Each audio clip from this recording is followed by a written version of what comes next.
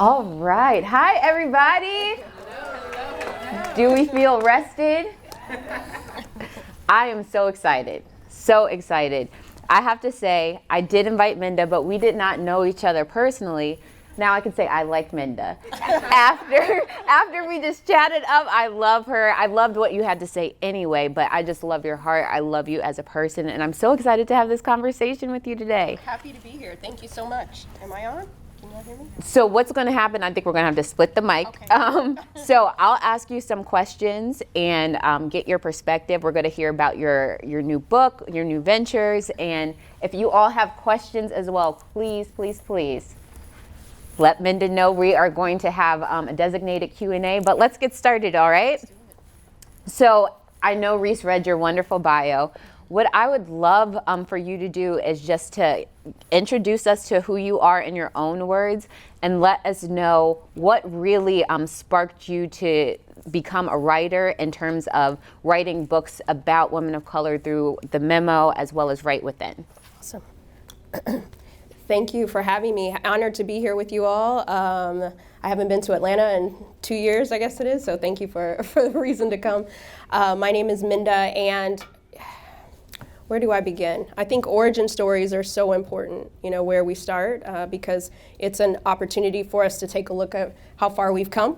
And for me, I spent 15 years in corporate America. That was in my previous life, and I experienced a lot of heartbreak as a black woman, as the only. If you've ever been the only of anything, then you know it's very isolating. No matter how many stories you tell yourself that Bob didn't mean any harm, or Kim didn't mean any harm, that stuff still sticks with you if it happened 50 years ago or yesterday. And one of the things I started to unpack was a quote that I heard from Audre Lorde. She said, "Beware of feeling you're not good enough to deserve it." And I realized that I deserve dignity, equity, respect, and humanity in the workplace. And if I wasn't going to get it from this space, then I need to figure out how I am going to get it. And not just for myself, but for women who look like us. And it was really this moment, make a very long story short, but I was in my last role many years ago, and things had gotten really bad to the point where it started to affect my mental health. I was getting panic attacks, depression, all the things, but I remember saying, man, I have to show up for myself and have a conversation because all these things are happening. So I got the courage to go and talk to the most senior woman at the company, and I said, these things are happening, and she said, well, yeah, we know they are, but this person that's causing the problems, they're not going anywhere, they've been here for a long time, so you need to just either suck it up or figure out maybe this isn't the place for you. And I was so fragile at that time, but I played it in my head, Minda, don't cry. Minda, don't cry. Anybody know that song? And I didn't cry in her office, but then I went to grab my stuff and got to my car and I cried, right? I cried the tears of not just myself, but my great-grandmother, my grandmother, my mother, and now myself. I'm like, I've done everything that dominant culture has said do. Got the degrees, got the credentials, wore my hair as straight as I could. I've code switched to death, and still nothing was showing up in the ways that I needed it to. And it was this pivotal moment in the car where I'm crying, lashes are on the floor, on the seat. I'm just like, ugh, hate it here.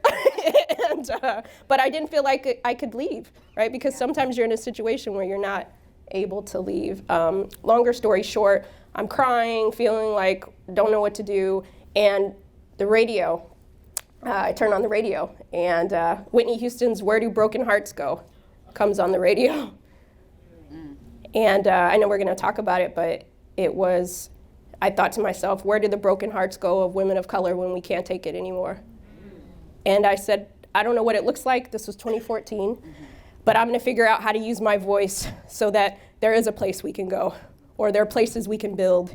And again, I didn't know what that looked like, but it's now manifested into 2 best-selling books in my own company, so thank you. You went right to my favorite quote. I loved, this is from the book The Memo, her first book.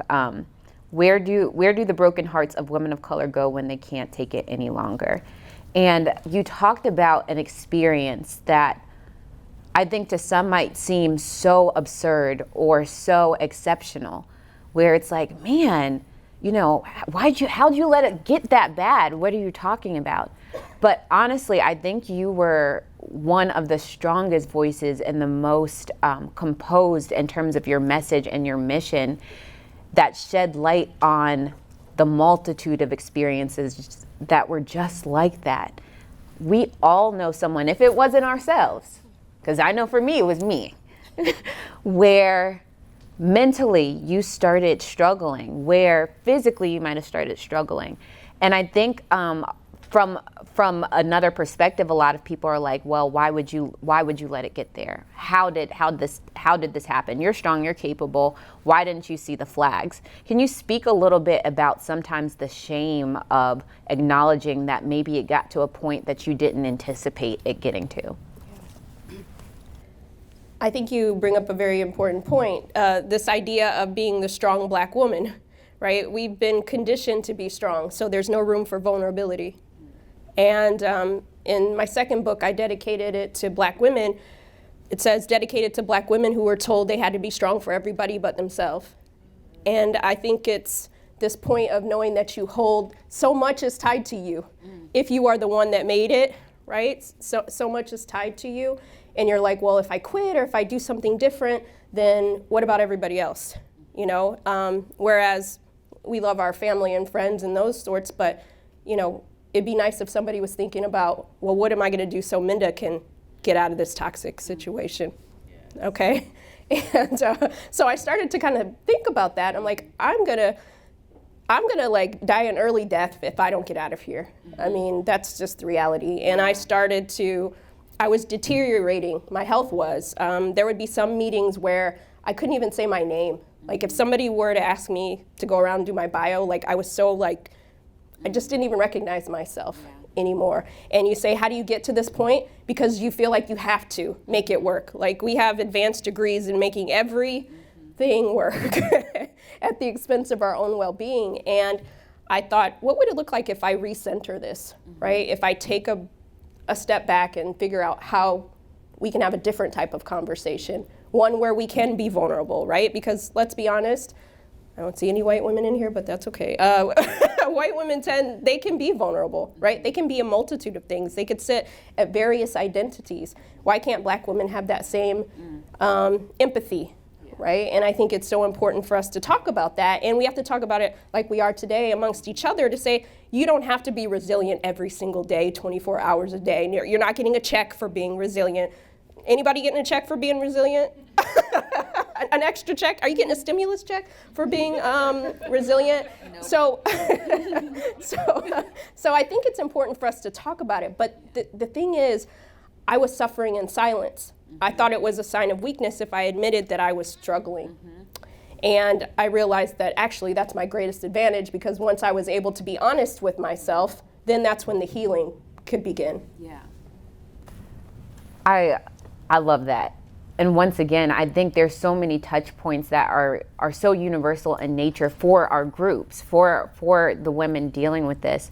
I want to talk about the bestseller that you just casually dropped like a couple of weeks ago, right within How to Heal from Racial Trauma in the Workplace. And I want to bring it up right now, mainly because in the aftermath of everything that has transpired with George Floyd and Black Lives Matter and being America's favorite group to help for a couple of months at least, right? And a lot of women are in stages right now where for a temporary time period, they were lauded and they were like being made over. What can we do for you? How can we make you say, how can we make this better? But I think a lot of people are shifting into the phase right now where the questions are, oh, you're still not over that. Like, are we still talking about that? Are you still struggling with that? Didn't we release the statement? Like, aren't we good? Can you speak to people right now who are kind of at the precipice of understanding that that's their reality, or that's going to be their reality for the foreseeable future until, unfortunately, something else happens? I do think that's a reality, right? I mean, I do a lot of consulting for companies, and I'll have leaders say, we did a listening tour. Like, why are we still talking about this? I'm like, you can't solve 400 plus years of oppression in 60-minute Zoom calls. It's just not possible. So let's just level set there. You know, like, this is a marathon, right? You don't get to opt into equity. Equity has to be mandatory every single day. That's it, you know, and if you don't want to have these conversations, then maybe this is not the place for you to be. You shouldn't be leading here, right? I think that same thing with managers, like managers who say, oh, I don't feel comfortable talking about race. Well, you can't manage a diverse team then, can you? So we need to find you another place to go, you know? And I think we have to be really intentional about it. And I think as, you know, people of color, Black women, women of color, this is our opportunity. People are asking us questions, and we have to lean into our courage and give people honest answers, right? I mean, I didn't think that I would ever be in a position that I would be living to see where we'd be at work talking about race in the ways that we're talking about it now. Like, I didn't think that was ever going to happen in my lifetime. And now that we are talking about it, this is an opportunity for us to make sure that we're continuously letting people know what good looks like to us. They might be tired of hearing it, but back to the Audre Lorde, beware of feeling you're not good enough to deserve it. Do I not deserve a place where I can thrive and not just survive? We all should have that. And if the company says that diversity, equity, belonging, and inclusion is important, then I'm going to continuously use my voice until I see it demonstrated, right? So it's one thing to say the thing, but it's another thing to do the thing. And I think that that's where we are now. We need to move from conversation to demonstration, and that's how I use my voice to say, okay, I'm glad we made those comments last year, but where's the there, right? What do the About Us pages still look like? Do they look the same? Well, if they do, then let's be transparent and say that we've failed. Let's make some apologies and say we didn't do some of the things that we said, but here's what we're committed to going forward. And I think it's just not just my voice, but all of us being empowered and encouraged to use our voice, because let's be honest, there was a time when we couldn't, where we didn't feel safe to do it. And I think now is an opportunity, and then leveraging our allies, or those who see themselves as allies, for them to hold our companies accountable too. It can't just be us. I love that. And what I want to do is ask a question, but put a little bit of a spin on it.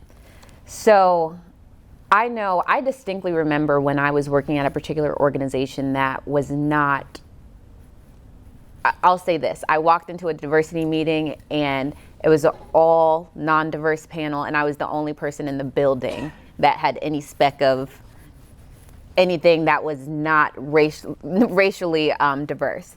And it was a very toxic work environment, and I recall they had the bright idea to ask me to help with diversity recruitment. And I said, absolutely not. And they told me, well, why not? Like, we want to get your perspective. We want to rope you in. We want to make sure we hear. And I told them I was not comfortable with bringing anybody else into this environment that had so traumatized me. Until you fix the environment, I'm not going to invite people into a broken system. So what I want to talk about is, in your book, right within, you talked about how meetings were a trigger for you. A lot of us right now are in these meetings where the focus is to help, right? The focus is to bring equity. The focus is to have the discussion. But what happens when that becomes a trigger to you because you don't trust the intent behind it, because you don't trust that things are actually going to change? Yeah. I mean, that's real, right? That's real. They may change, they might not change. But ultimately, if you don't get anything out of anything I say today, is that we have choices. And I think sometimes we've been conditioned to think we don't have any more choices, right? This is as good as it gets for us. And I'm here to tell you that you do have choices. But when you're bogged down in these toxic environments, it starts to play with your mind. And now you forget how awesome you are. You forget what skills you brought to the table, right? And so we have to be reminded that, oh, well, if they hired me, I can go and get another job if I have to, right? I can leverage my network. And I think for me, while I was in that situation for so long, I thought, well, it's the devil I know, right? But the devil you know still torments you. Mm-hmm. I'd rather go to see what's on the other side of this, right? And I think that part of that is being truth tellers, right? So in the situation that you were in, you were a truth teller. You let them know that. They may not have understood it, but that was it. And I talk about healing from triggered perspective. I didn't realize that I kept trying to figure out, why was I always like in panic attack mode? Why couldn't I sleep the night before when I had a certain meeting I needed to go to? And I started to kind of connect the dots, and it was like, oh, wherever I'm like traumatized the most, it's in these all staff meetings with my team. That's when somebody's saying something about my hair. That's when they're calling me the wrong name, you know, all of these whatever, or dismissing what I've had to say. And what I realized was I actually have a responsibility to myself to have these conversations, right? People can't know what good looks like to you if you don't tell them. And there's a way in which, right? And I think sometimes as Black women, we've shrunk in certain situations, so we haven't told. We've just said, oh, that's okay, you know. And the more you do that, again, that just impacts us more. So even if these companies don't do the thing, even if Tim doesn't do unconscious bias training, like I still have, I still can love myself, I still can show up for myself, and all of the things. And I think we sometimes just have to remind ourselves that we do have our voice. When I was in those situations, I used to say, oh, Minda, you don't have a voice. But we all have a voice. We just have to decide how we want to use it, right? And once we understand how we want to use it, regardless if that environment changes or not, maybe it's still a trigger, is what I'm saying. It's that may never go away, but you do have a choice to either stay in it or find something better, or start to strategize what your next best thing is. And I think that's part of it, just saying that we don't have to take anything, right? Because that's where the imposter syndrome, that's where the panic attacks, that's where all the things come from. And I think as Black women, we deserve freedom. Freedom from the stereotypes, freedom from anybody thinking they can talk any kind of way to us, you know? And I don't want that for the next generation, and I don't want that for us, right? And I think so part of it is knowing that our voice is tied to somebody else's freedom, you know? And you think about all the women, we're in Atlanta, you think about all the great Black women that use their voice, and we're beneficiaries of their voice. We're beneficiaries of their freedom. So who are we gonna leave courage for? You know, who's gonna be a beneficiary of our courage? Or are they just gonna inherit the same crap that we've been dealing with, right? And so I think it's so important to talk about these things, right? If we're shaking these rooms in a positive way, then the next generation doesn't have to cry in the car. I hope somebody wrote down some quotes from that. That was good.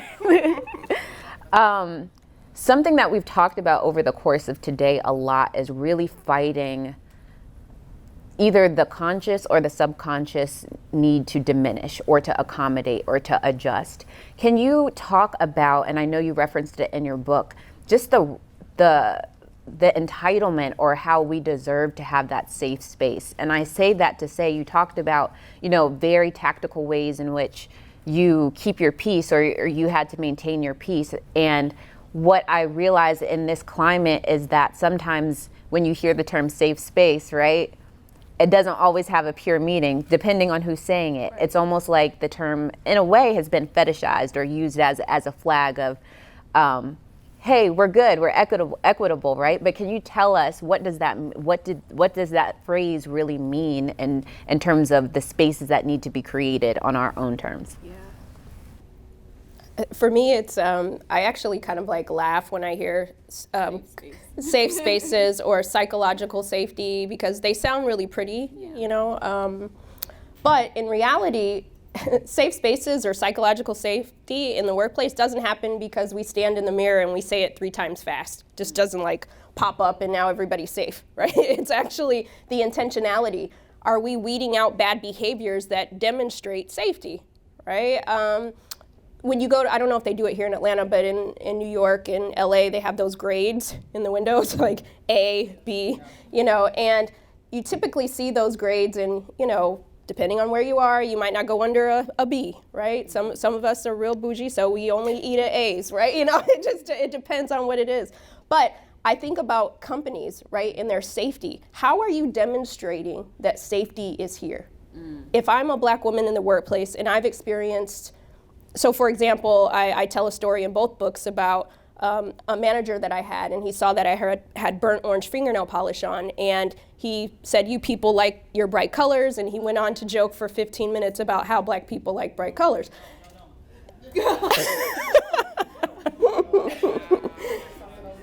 Yeah, and I didn't feel safe to say anything.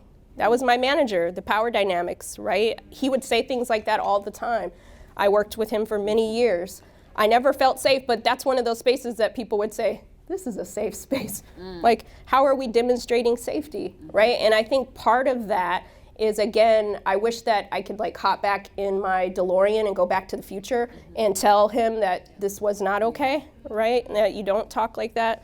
I understand intent versus impact, right? And I think this is what it all boils down to. A lot of people will say, well, I didn't mean any harm. You took it the wrong way. All of those greatest hits, and then I'll say, well, you might not have intended harm, but the impact still caused harm, right? And I think we have to be able to talk about those in healthy ways, right? We talk about courageous conversations.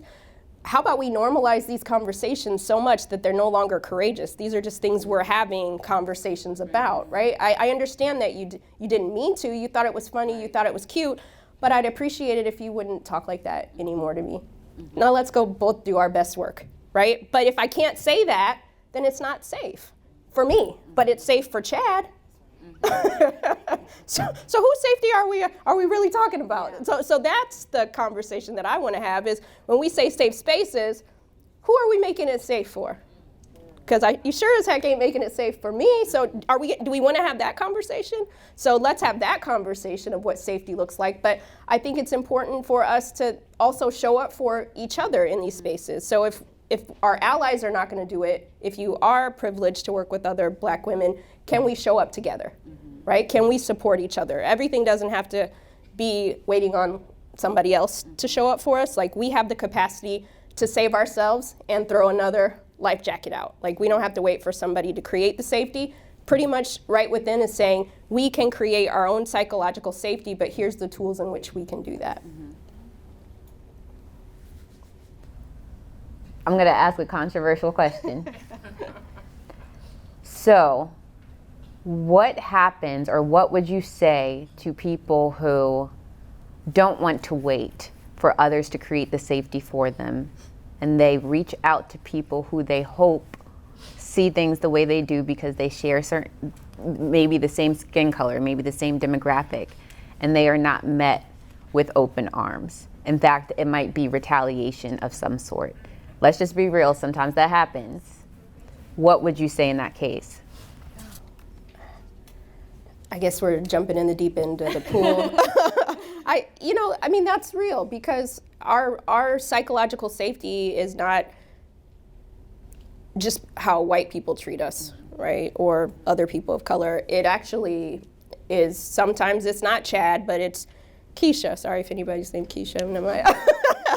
Sometimes it's us that are causing pain to each other. And I feel like those are the conversations we still need to have just as equally with our counterparts, right? And I think sometimes we give each other a pass because we're like, well, we're both Black, we won't say these things. But I think, death to gatekeepers. I mean, not physically, but but let us put that to the side, showing that there can be more. The original table was not created for any of us. So why would we be beholden to hold a seat that was never created for you to begin with? So we can dismantle the old table and rebuild new ones so that we have seats for everyone. And I think that's part of it. I think that's why we have to have honest conversations with each other. When we do see those behaviors that are causing us angst, having a conversation, I don't know if you're aware of this, but I noticed every time that X happens, you do. So, we'd be better together, right? And if you have that conversation and you still see some situations that you're not happy with, but at least we had the conversation. The one thing that we can control of all of this is what we do. I can't control how anybody else responds to me, but at least they'll know what my boundaries are. And I think that's what it all comes back to. Each of us, the definition of courage is the ability to do something that frightens one. So what would it look like if we lean into our courage and push aside our caution? So many more people benefit when we are more courageous. And it centers us, right? Again, all of this is about recentering ourselves. And Black women centering themselves is revolutionary, but it shouldn't be, right? It should be something that should be table stakes, because so many other humans on this planet can say what they need to say and go get their coffee and move on with their day. Why can't we say that too? But yet, part of that healing is we ruminate on it, right? We might have the conversation, but then we're like, wonder what they thought of what I said, and we go down this rabbit hole in our head. And I think, again, establishing boundaries is so important, and we should be establishing them with everybody, not just the people that look different. Thanks so much for that perspective. I know you talk also about, just therapy in the book and the importance of it. And I think what I would love you to comment on is, can you talk about some of the hidden microaggressions that build up that we may not initially realize are really damaging until we're lying on someone's couch, or until we're having a breakdown in the car and lashes are off, or, if you were just me, tears would just fall out for no reason. You could just be doing something and you're just sad and you don't know why. Can you talk about some of the things that build up that we don't always correlate with the workplace, but really does have that impact? Yeah. We spend so much time at work. We spend so much time at work. And so I realized that racism distorts the personality. When I look at who I was when I entered the workplace versus who I was when I left the workplace, it wasn't the same person. Yes, growth, but there were pieces of myself that were scattered across these toxic workplaces. And I realized that because I was so wounded in these environments, that the people who loved me didn't get the best version of me either. And you don't always realize that when you're in toxic situations, you're also exhibiting toxic behaviors too. You may not know it, but it's showing up, right? Yeah. In your love life, with your family, whatever it is, right? How you see yourself, it starts to deteriorate. And I realized that I love myself enough to fight for myself, my mental self, right? And I had to do that. And I decided that therapy was one of those ways in which to do it, because I needed to unpack. We were joking in the green room. I said, you can pray and you can unpack, right? Like you can do both. Jesus can heal you on the couch if you believe in Jesus. It's one of those things, just knowing that our success is not a solo sport. You're gonna need someone where you can be vulnerable, where you can say, this hurts, like this caused pain, and no one's questioning you, no one's judging you, nobody's telling you took it the wrong way. Like you can just be. And once I realized that there was a space where I could create that, for 50 minutes every week, it's also part of maintenance. It's, even though I'm not in some of those situations anymore, I still have my tools. You have your tool box at home, the hammer, the screwdriver. You might not use it every day, but it's there when you need it. You rather have tools to help you heal than not have them at all. Because again, I realized that the most healthiest version of myself was waiting for me when I realized that I deserved better. And and healing, I'm throwing it out there, but healing is not a one-time event, it's a lifestyle. I'm committed to my healing every single day of the week. And anything that tries to impede upon my healing, it's got to go. It can't be in my space, because I've worked too hard to get to this version of myself. And I want to meet the future version, even healthier Minda. And so when we talk about work consumes so much of us. And so I think it's so important that we talk about these things, because again, you might not realize that it's showing up. I have a lot of more seasoned Black women who will write me and they'll say, I just finished Right Within, and I didn't think I was the audience for this, because they had suppressed so much, right? You think all of us at some point have gone to the doctor, and the doctor will say, where's your pain? Is it 10, which is excruciating, or is it like a 1 or a 2? It's kind of like stubbing your toe and it hurts, but you can still get your chips out the cabinet. Like you still can get there, right? It doesn't hurt. But think about it. Those 3s, those add up over time. Those 4s, they're painful. You do a 4 every day of the week over 20, 40, 50 years. Think about the version of yourself that was constantly in pain, right? Or the 10 every single day.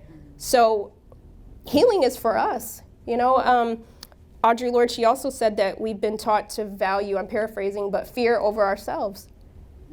And sometimes we're so scared to be the most healthiest version? What would people think? What if I go to therapy? What would my family think? All the things. I talk about that, but again, I'm not going to let anybody get in the way of my most healthiest state. We talk about authenticity. What's the most healthiest version? Yes, authenticity is good, but who's the most healthiest version you could be of yourself? And don't you want to meet her or them or they? We want to get to that point, right? And I just, sometimes we just need to know that it's possible. I love how you broke that up into talking about multiple versions of yourself and a healthier version, because I know we talked about earlier today during the conference, I felt like one of the biggest traps high achieving women can fall into is when you make a decision that truly serves you to expect to be met with applause. Yeah. Because typically when you make a decision that works for you, it's at the cost of someone else, right? And so how do we really lean into what would you say this group, you know, as we're maybe experiencing resurfaced traumas, you know, that we have suppressed, or we knew something was wrong, but we didn't necessarily put all the pieces together. How do you really decide to say, let's say tomorrow, I'm going to unpack that? What's the first step? Like, what needs to start? I think the first step is acknowledging that you have been harmed. Acknowledging we can't fix what we're not willing to confront. And I think for so long, a lot of us have normalized the trauma that we experienced in the workplace. I know I told myself that this is just how it is for a black woman at work. At least I'm getting a good paycheck.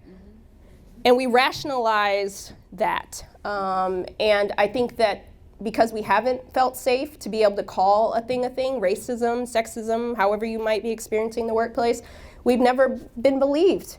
Everybody's always dismissed it. So then we start questioning ourselves, and so we don't call it that anymore, right? And so part of our healing has to be acknowledging that we've been harmed and that we should have never been exposed to that harm to begin with.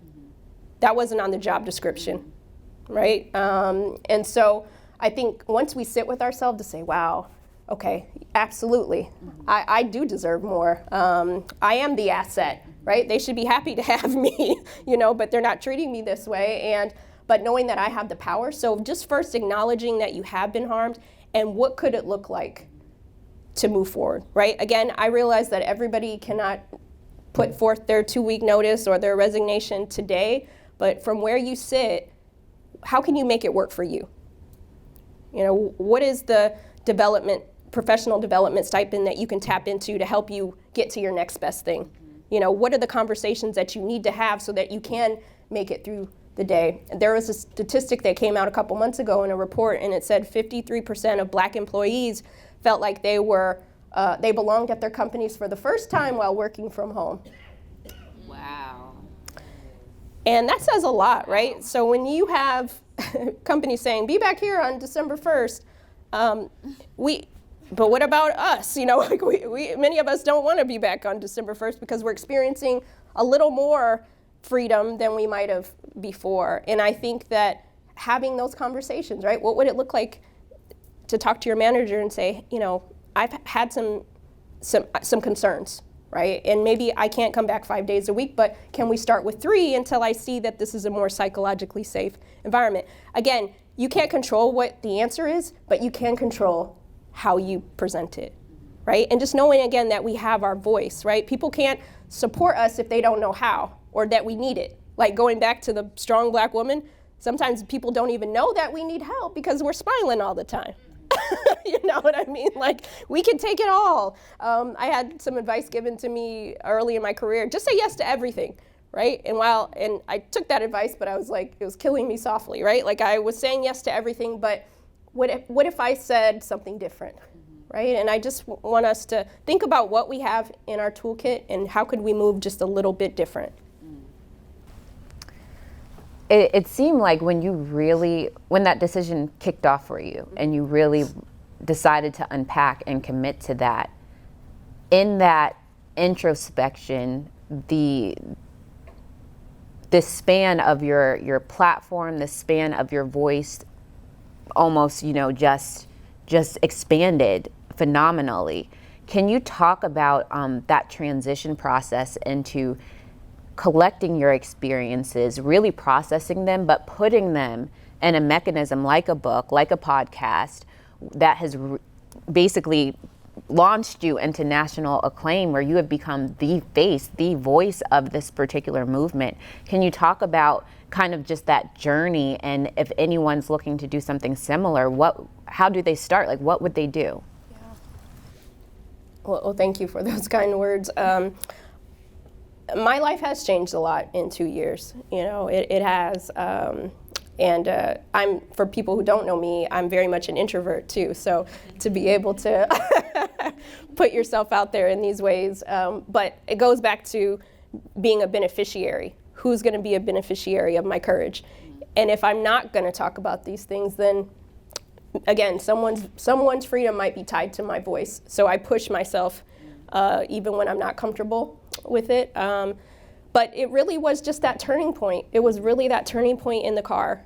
And in that car, I was not able to leave for another 3 years. So I had to figure out how I was going to take those pieces. In the Japanese culture, there's a process called kintsugi, and it's about taking broken pottery pieces and rebuilding them with gold. And in the new state, it's an even beautiful version. And so I said, you know what? These people have chipped away at some of the pieces of me, but I'm not going to let them take them all. I'm going to figure out how to redefine and build a better version, a more healthier version of myself. And it was just starting with what I had. While I was still working my job, in 2015, I started a newsletter. So every Monday, I would write memos. Every Monday, I would put out a memo, and I'd just talk about little things that I was going through, and then it started to build from there. And when I went to write my first book and got my first book deal, I actually had like 4 or 5 years of content, and I just pulled from that content and added to stories in it. But you don't even realize what the seeds that you're sowing, how it may later manifest in your life. So when I started crying, doing the thing, I'm like, okay, MailChimp, my mom might be the only person on my newsletter list right now, but we're gonna build, right? And it was therapeutic for me, right? I never had envisioned that I'd write a book. That was never what this was about. But clearly there was purpose, and sometimes what I've realized is that my trauma, my story didn't end in the trauma. And your story doesn't end in the trauma. Like, we get to decide how we redefine the moments in our lives that happen. And it was writing the memo, Monday memos, eventually having a book. And even when I put the book out, when I got my agent, this is important to tell, I don't see myself as famous, but I was not famous. I didn't hardly have any followers. No one knew who I was, but I just put the content out. Just put it out. And when I did get an opportunity to get a book deal, there were 5 major publishers. 5 of them said, there's no audience for this book. Black women, women of color are not going through these things. And that there's no audience. This book will never sell. 4 said that. 1 said, oh, maybe there is a group of people who are experiencing this. Maybe. All you need is one. All you need is one. And they believed in me, even with my 200 followers, I think, on Twitter at the time. And we put out the book. Eventually it became a best-selling book. It's still a best-selling book. And I'm just so thankful that I didn't get in my own way. And sometimes we just have to remind ourselves of that. And your destiny is your destiny. Like, I didn't have a lot of money. I didn't have a large following, but I had an idea. And I had people who supported me. And so make sure that you have a squad of people who are invested in your success, who are going to constantly remind you that you're awesome, even when you don't feel like it, right? That somebody needs it. Even if this book never became a bestseller and it only touched 5 people, that were the 5 people that needed to hear it. You know, and through that work, I have the second book that's out right now, and I'm just so very thankful and honored that you know, my mom told me the other day, I was telling her, like, oh, I'm so overwhelmed, right? Because I just have never really been in a space that I'm in right now. Like, my life has changed a lot. And she's like, Minda, God chose you for this. You didn't choose this path. And when he chooses you, everything's going to be okay. And I lean into that.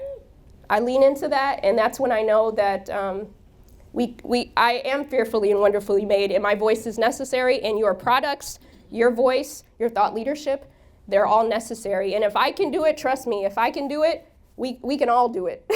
And so let that be a story. But all I had was an idea.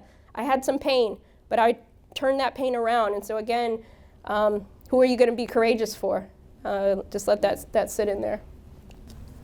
Okay, Minda.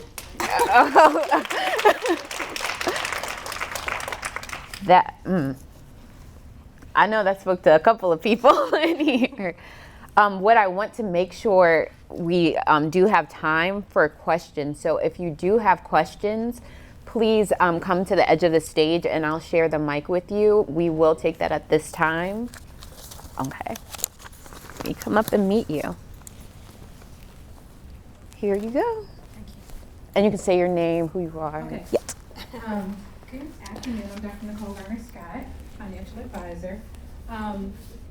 So given that I work in an environment where there are very few Black women, and the higher I go up, the less it becomes, you talked about how your manager made that joke. And I'm in environments where work in personal crossover a lot, right? So the higher you get up, the more you get invited for drinks, the more you get invited to someone's house, those different things. Sometimes when those jokes come up, I don't necessarily want to change the energy, right? Like everyone's having a good time, etc. And sometimes I'm like, oh no, this was, sometimes I'm in that mode, like I'm gonna step on the head right now, because it's not cool. And then other times it's like, I just don't even feel like bringing this to the conversation. Like, I don't feel like being an angry Black woman right now. I don't feel like being the spokesperson for Black women. I really just want to eat, and it's free food and drinks, and that is really all that I want to do. But then it sticks with me, right? Then I go back home, then I'm talking to my husband about it, then I'm upset, then, those other things. So it's just like, are you bringing this up every time? Like, is it, do you feel like it's the responsibility to bring it up every time? Because the times I don't bring it up, and then when it goes too far, they're always like, oh, but I could never tell this was even an issue, right? And I don't know, it's just kind of lost right there. Yeah. Mm-hmm. Well, thank you for sharing. Yep. It's taxing. It's taxing. And that is our lived experiences, right? And back to why healing is so important is we're always thinking about everybody else. And no one's thinking about how those jokes land on us, right? They're not going home thinking about how you felt. But we are, right? And so part of what I write in probably both books is that, again, we have choices. You may not want to spend your energy correcting everybody all the time, right? But what are the things that penetrate? There's some jokes that we can just let it slide off, right? There's some comments. But then there's others where no matter how long they passed, you still think about them.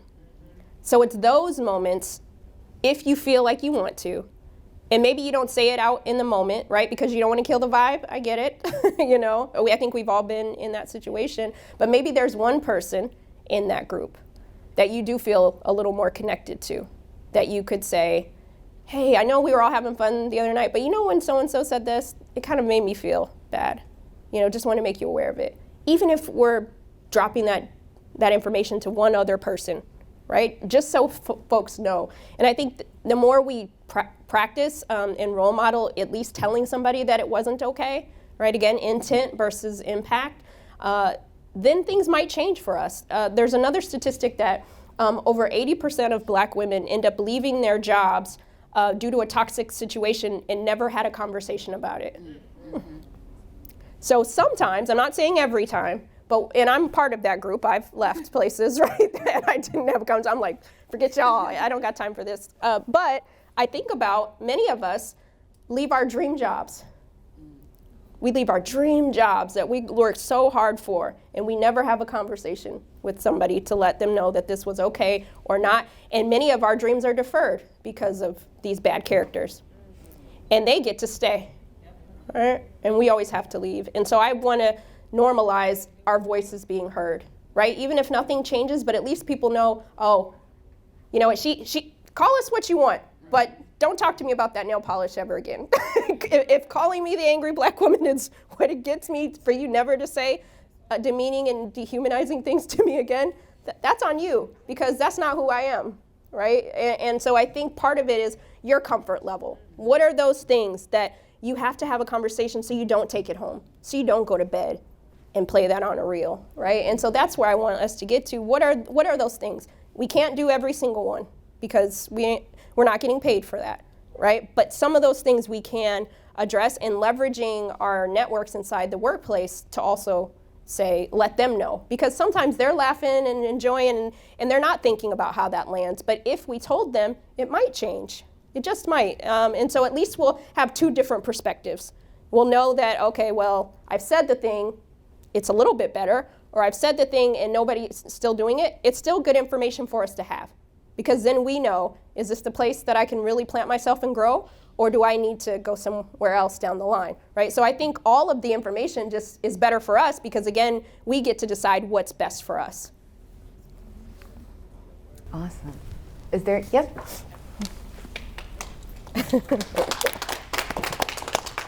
I see blue as the color. Thank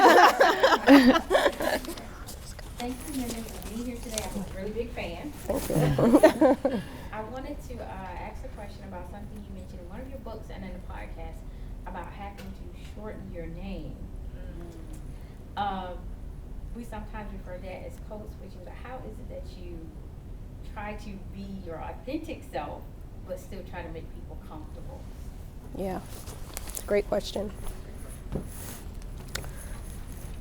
Yeah, that's a great question. I think, so my government name is Yasminda, and I stopped using it a long time ago because dominant culture was not comfortable saying Yasminda, right? And I knew going into corporate America, them seeing, a long name like that, I'm gonna age myself, they used to call you on the phone. Nobody's calling Yasminda if they're scared to pronounce it, right? Let's just be honest. And because I was in a consultancy field, I also knew that Minda would probably come across a little bit more palatable in emails, and it sounded like Linda. I'm like, this works. And so I made the decision because I thought that that's what I had to do. And it did benefit me in many ways, but I didn't realize that I sacrificed a lot of myself. Again, people say bring your authentic self to work, but what they're really saying is bring the version of yourself that I'm most comfortable with.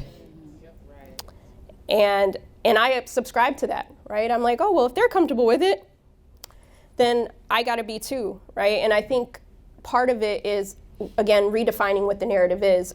Prior to the pandemic, I was speaking at a lot of HBCUs, and I was, when the young men and women would ask questions, I thought they'd ask, how do you negotiate a salary? All these different things. But the one thing, no matter what school I was at, they would ask, can I wear my hair naturally? And can I use my government name? And it broke my heart that those were the things that they were thinking about. They see the demonstration in corporate and nonprofit spaces that's still, they're not even thinking about what's on the job description, how they show up, right? And it's hard for me to answer that question because I did make a lot of sacrifices, compromises along the way. But what I do always tell people is, in some ways I have regrets because I wish that I would have used Yasminda because maybe I would have found more spaces that were inclusive. They would have saw me, right? I didn't have to contort. And so even if you change your name, you still have to deal with a lot of crap sometimes, right? So it's like, I wish I would have gone to a space where I could have used my name and showed up and be the authentic pieces of myself that I needed for myself, right? And so I think none of us know what type of situation any of us are in, but what I do hope that we'll do is show up with the pieces of yourself that you need to do the best work of your career. If you need to be Yasminda, be Yasminda. If it's okay with you, be Minda, right? What's not okay is when they call me Mindy. That's where that's where my boundary. That's my boundary. But I do think we need to talk about authenticity because it's really kind of like professionalism. Who gets to deem what's professional and what isn't? And so let us take back the narrative and bring the most authentic pieces of ourselves so that we can do the best work of our careers. And we can decide at any point what that's going to be. And that's what I tell the college students is, show up in the way you want to be seen. And people will adjust. They will adjust. Or you'll realize that this isn't the space. If they don't call you back or they don't email you for an interview because you used a different name or a different pronoun or whatever the case may be, then that's not the space for you, right? And I think we have to go to places where we're celebrated and not tolerated. I love that. Go to places where you're celebrated and not tolerated. I think we have time for one more question. Yeah. Hi, Minda. Hi. Lost with Pawn Style. I love your book and your mom. Thank you. Thank you so much for I do have a question, somewhat of a personal question. So You're not going to ask me how old I am, right? you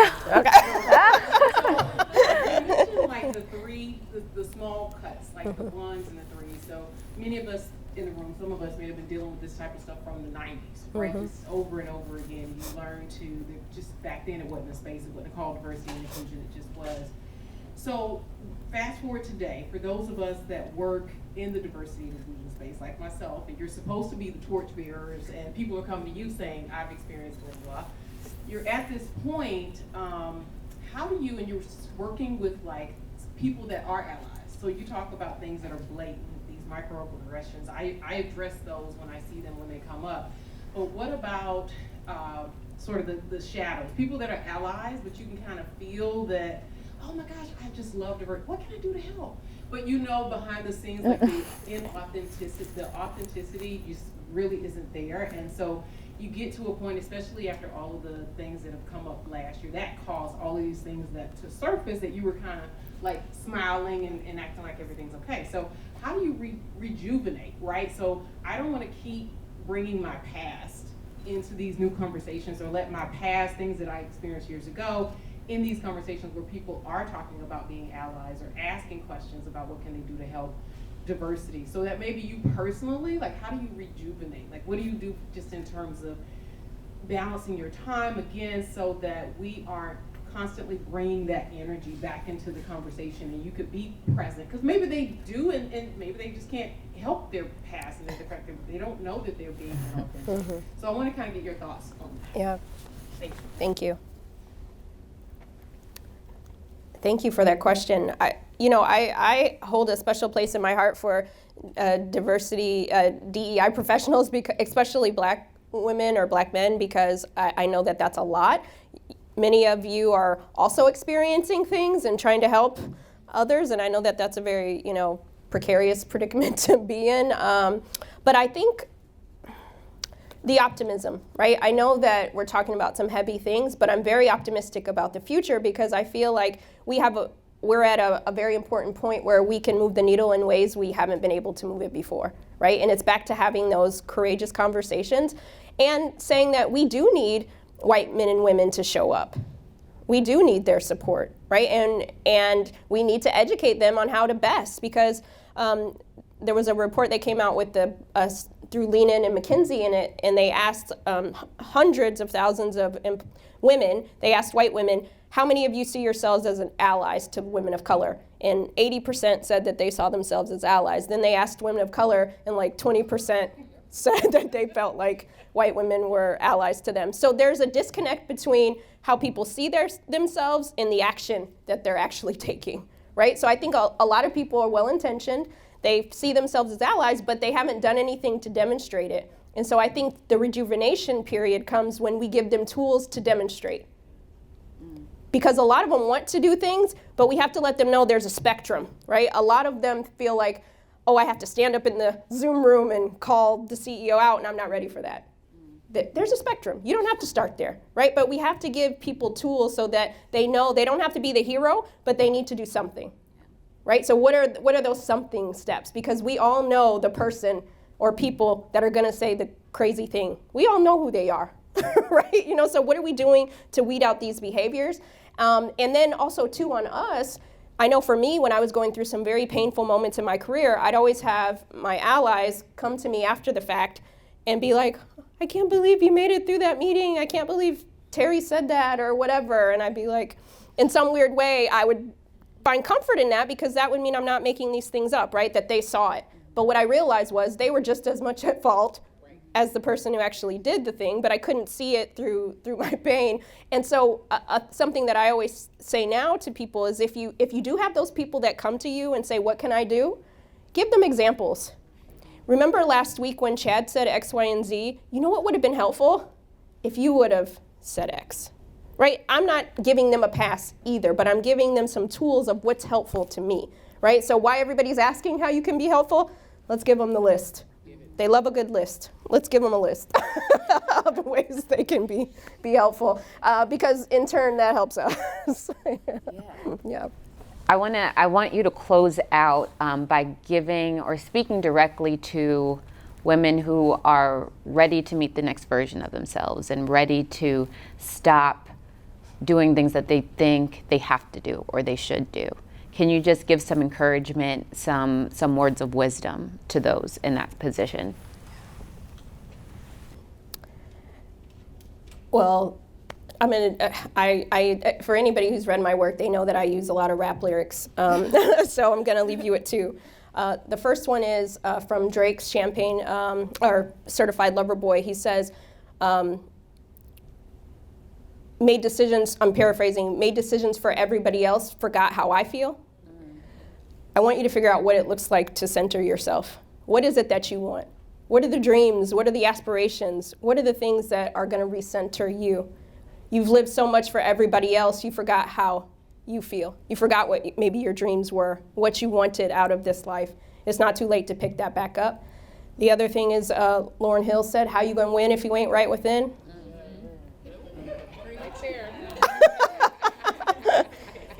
You can have all the money, you can have all the seats, you can have the things, but if you're not right within, then none of it means anything. And then I just have one more, is that this is not, it's my own rap lyric, but no, we're not ready yet, we're not ready. But I think that just don't forget that we can bring other people with us. You know, we don't have to heal alone. We can heal in community.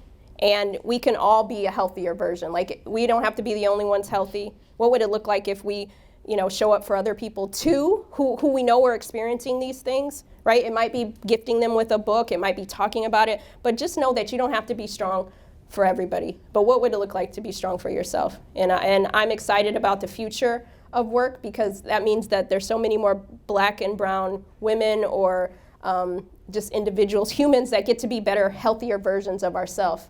I used to think that my healthy was, at least I make enough money, I can go to Cancun, I can do all these things, but I'd be sad there because I'd be thinking about other stuff. I'd be taking my hair out in braids the night before I had to get back into the office to press it out, all these things. And I'm like, you know what, I deserve a different type of lifestyle if that's what I want, right? I'm not telling you how to heal, I'm just inviting you to think about what healing could look like for you. Can you give her Minda, thank you so much. Thank you. I mean, you had such rich advice, and something that we really want to emphasize with this event and this community that we're building is that we do not gatekeep brilliance. I mean, and you just gave so openly, so willingly, and with candor. And I want everyone, as the holiday season approaches, to make sure we're looking for right within, gifting it to your teams, your divisions, your departments. I mean, a phenomenal resource. So please be sure to support Minda. Find her on social media as well and connect with her. Make sure you're tweeting out, you're posting out anything that was inspirational and tagging her in it so she can see it. But thank you so much. I was so excited when she said yes. Thank you for coming.